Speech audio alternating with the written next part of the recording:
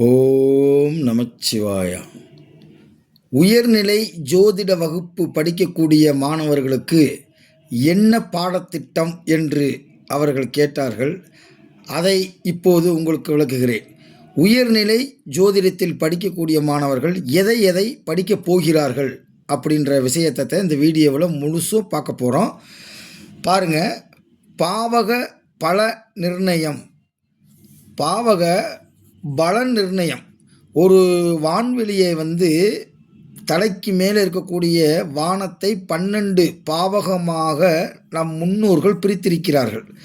அந்த 12 பாவகத்திலும் கிரகங்கள் இருந்தால் என்ன பலன் கிடைக்கும் என்பதை பற்றியான பாடம் முதல் பாடமாகவும், இரண்டாவது பாடம் திசா புத்திகளில் இயங்கும் பாவகங்கள், ஒருவருக்கு என்ன திசை நடக்குது, என்ன புத்தி நடக்குது, அந்த திசாநாதன் எங்கே இருக்கிறார், புத்திநாதன் எங்கே இருக்கிறார், எப்படி இருந்தால் என்னென்ன நன்மைகள் தீமைகள் சேரும் என்ற தலைப்பு தான் இந்த திசா புத்திகளில் இயங்கும் பாவகங்கள் அப்படின்ற தலைப்பில் பார்க்க போகிறோம். மூன்றாவது தலைப்பு பாவக சக்கரத்தின் முக்கியத்துவம். அதாவது 12 பாவக சக்கரம் இருக்குது. அதில் சில பாவக மாறுதலும் ஏற்படும். ஒரு கிரகம் டபுள் ஆக்டிங் கிரகமாக இருக்கும். 7ஆம் இடத்துலையும் ஒர்க் ஆகும், 8ஆம் இடத்துலையும் ஒர்க் ஆகும். எது பாவக மாறுதல் பெற்ற கிரகம். அதை பற்றியான முழுமையான விஷயத்தை பாவக சக்கரத்தின் முக்கியத்துவம் அப்படின்ற தலைப்பில் பார்க்க போகிறோம். நாலாவது தலைப்பு ஜாதக தோஷ உபரங்கள். நம் முன்பிறவில் செய்த தீய கர்மாக்கள் தோஷங்களாக அமையும், நல்ல கர்மாக்கள் யோகமாக அமையும். அந்த அடிப்படையிலே ஜாதகத்தினுடைய தோஷமும் யோகமும் கலந்து தான் இருக்கும். முழுக்க யோகமாகவும் முழுக்க தோஷமாகவும் ஒருவருடைய ஜாதகத்தில் அமைவது இல்லை. அதை பற்றியான முழுமையான விவரத்தை இந்த 4வது பாடத்தில் படிக்கப் போகிறோம். 5வது பாடத்தில் தோஷங்களுக்கு உண்டான பரிகாரங்கள், அப்படி தோஷங்கள் உருவாயிருச்சுன்னா அதுக்கு என்ன ரெமிடி, அதாவது பரிகாரங்கள் என்பதை பற்றி 5வது பாடத்திலே பார்க்க போகிறோம். 6வது பாடத்தில் ஊழ்வினை அகற்றும் பரிகார ஸ்தலங்கள். ஊழ்வினையினுடைய காரணத்தினால்தான் நாம் துன்பத்தை அனுபவித்து கொண்டிருக்கிறோம். அதே நேரத்தில் ஊழ்வினையினுடைய பயனாகத்தான் இன்பத்தை அனுபவித்து கொண்டிருக்கிறோம். அதற்கு என்ன பரிகார ஸ்தலங்கள் என்பதை பற்றி இந்த 6வது பாடத்தில் பார்க்க போகிறோம். அதுக்கடுத்து 7வது பாடத்தில் ஆயுள் நிர்ணய கணித முறைகள். அதாவது மனிதனுடைய ஆயுளை கணிக்கக்கூடிய மெத்தடு, ஒரு 4-5 மெத்தடு இருக்குது. அதை வச்சு எப்படி ஆயுளை கணிக்கிறது அப்படின்றது 7வது பாடத்துலேயும். 8வது பாடத்தில் ஜாதகமும் மனித வாழ்வும் லக்கண பாவகம் அப்படின்ற தலைப்பில் பார்க்க போகிறோம். அதுக்கடுத்து வரிசையாக பார்த்தீங்கன்னா 2வது பாவகம், 3வது பாவகம், 4வது பாவகம், 5வது பாவகம், 6வது பாவகம், 7வது பாவகம், 8வது பாவகம், 9வது பாவகம், 10வது பாவகம், 11ஆம் பாவகம், 12ஆம் பாவகம். அதாவது ஒவ்வொரு மனுஷனும் இந்த 12 பாவகத்துக்குள்ளதை இயங்க முடியும். அதனால் அந்த 12 பாவகத்தை பற்றியும் விரிவாக ஒவ்வொரு பாவகத்தை பற்றியும் பார்க்க போகிறோம். அதுக்கடுத்து 20வது தலைப்பு ஜாதக பலனை நிர்ணயித்தல். கடைசியில் சொல்யூஷன், அவருக்கு எந்தெந்த தேதியில் எப்படி நன்மைகள் தீமைகள் நடக்கும் என்பதை பற்றி ஜாதக பலனை நிர்ணயித்தல். அடுத்து 12வது ஜாதக பலனை வெளிப்படுத்துதல். ஒரு பலனை சொல்லக்கூடிய மெத்தடு எப்படி சொல்லணும். எடுத்தோடனே வெறும் துன்பமாக சொல்லிக்கிருந்தால் அவர் அப்படியே வெக்ஸ் ஆகிடுவார். அப்போ சைக்காலஜி சம்மந்தப்பட்டது. அதை அப்போ அவருடைய ஜாதகத்தில் எங்கே யோகம் இருக்குது, அந்த யோகத்தை ஃபஸ்ட்டு 2-3 சொல்லிட்டோம்னா அவர் கொஞ்சம் சந்தோஷமாக இருப்பார். அதுக்கப்புறம் வாழைப்பழத்தில் ஊசி ஏற்றுற மாதிரி கர்ம வினைகளை அவருக்கு சொல்லாமல் இருக்கக்கூடாது. சில ஜோசியர் பாசிட்டிவாக சொல்லணும், நெகட்டிவாக சொல்லக்கூடாது அப்படின்னு சொல்கிறாங்க. ஆனால் புலிப்பாணி சித்தர் என்ன சொல்கிறாரு, மகனே உன் மனதை திடப்படுத்தி ஊழ்வினையை எடுத்து செப்புங்கிறார். மறைச்சிடாதரா, அவனுடைய ஊழ்வினையை எடுத்து சொல்லிடு அப்படின்றார். அதை பற்றியான முழுமையான விவரத்தை இந்த 21வது பாடத்தில் பார்க்க போகிறோம். அதுக்கடுத்து 22வது பாடம் திருமண பொருத்தம்.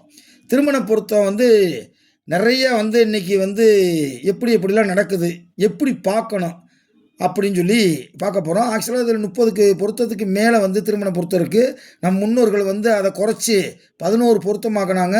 அந்த 11 பொருத்தத்தில் 7 பொருத்தத்துக்கு மேலே இருந்தாலே போதும் அப்படின்லாம் சொல்கிறாங்க. இதை பற்றி முழுமையான விவரத்தை இந்த திருமண பொருத்தத்தில் நம்ம பார்க்க போகிறோம். அதுக்கடுத்து அஷ்டவர்க்கங்கள், கணிதம் மற்றும் பலன்கள். இந்த அஷ்டவர்க்க பரல்களை வந்து எப்படி நம்ம போடுறது, அதை பற்றியான மேத்தமெட்டிக்ஸ் இதை பூராமே இந்த 2வது பார்ட்டில் பார்க்க போகிறோம். அதுக்கடுத்து உதாரண ஜாதகத்தின் அஷ்டவர்க்க பலன் விளக்கம். ஏதாவது ஒரு உதாரண ஜாதகத்தை கொடுத்து அதில் அஷ்டவர்க்கத்தை போட சொல்லி அந்த அஷ்டவர்க்கத்தை பற்றி ஆழமான செய்திகளை பூரா இந்த 2வது டாப்பிக்கில் பார்க்க போகிறோம்.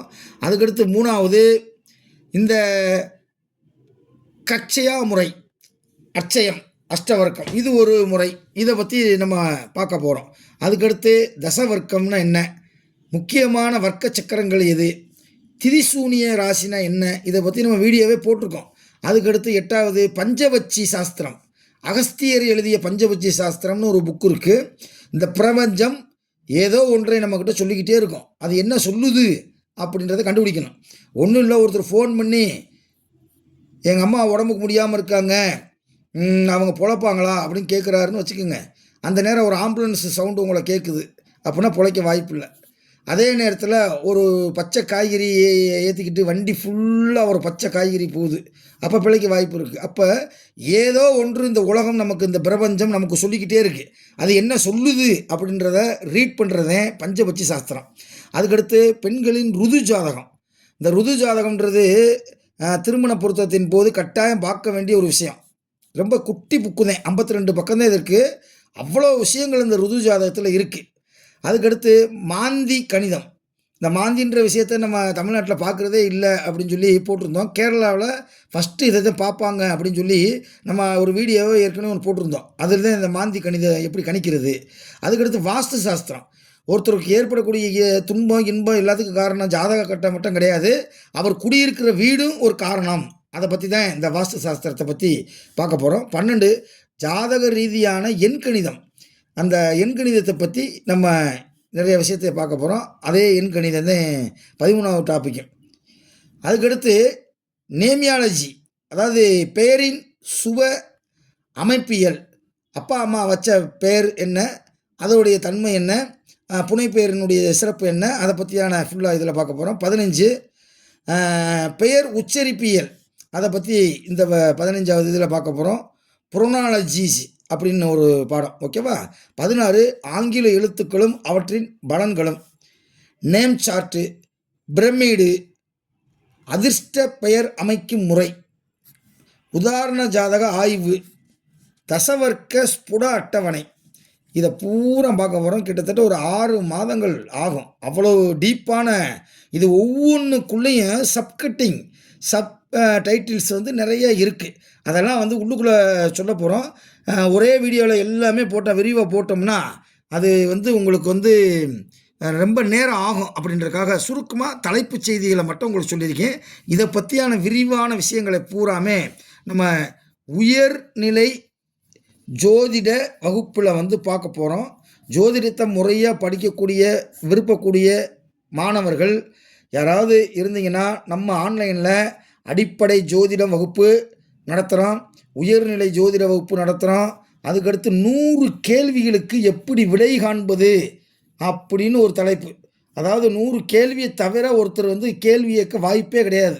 அப்போ அந்த 100 கேள்விகளுக்கு விடை கண்டுபிடிக்க தெரிஞ்சிட்டாலே இந்த 100க்குள்ளதே அவர் மாற்றி 10 கேள்வியோ 15 கேள்வியோ கேட்க முடியும். இது ஒரு சிறப்பு வகுப்பு. மொத்தம் 3 ஜோதிட ஆன்லைன் கிளாஸஸ் நடத்திக்கிட்டு இருக்கோம். விருப்பமானவங்க நீங்கள் தொடர்பு கொள்ள வேண்டிய தொலைபேசி எண் இந்த நம்பருக்கு ஃபோன் பண்ணி முழு டீட்டெயிலை கேட்டுக்கோங்க. ரொம்ப சந்தோஷம். நன்றி. ஓம் நமச்சிவாயா.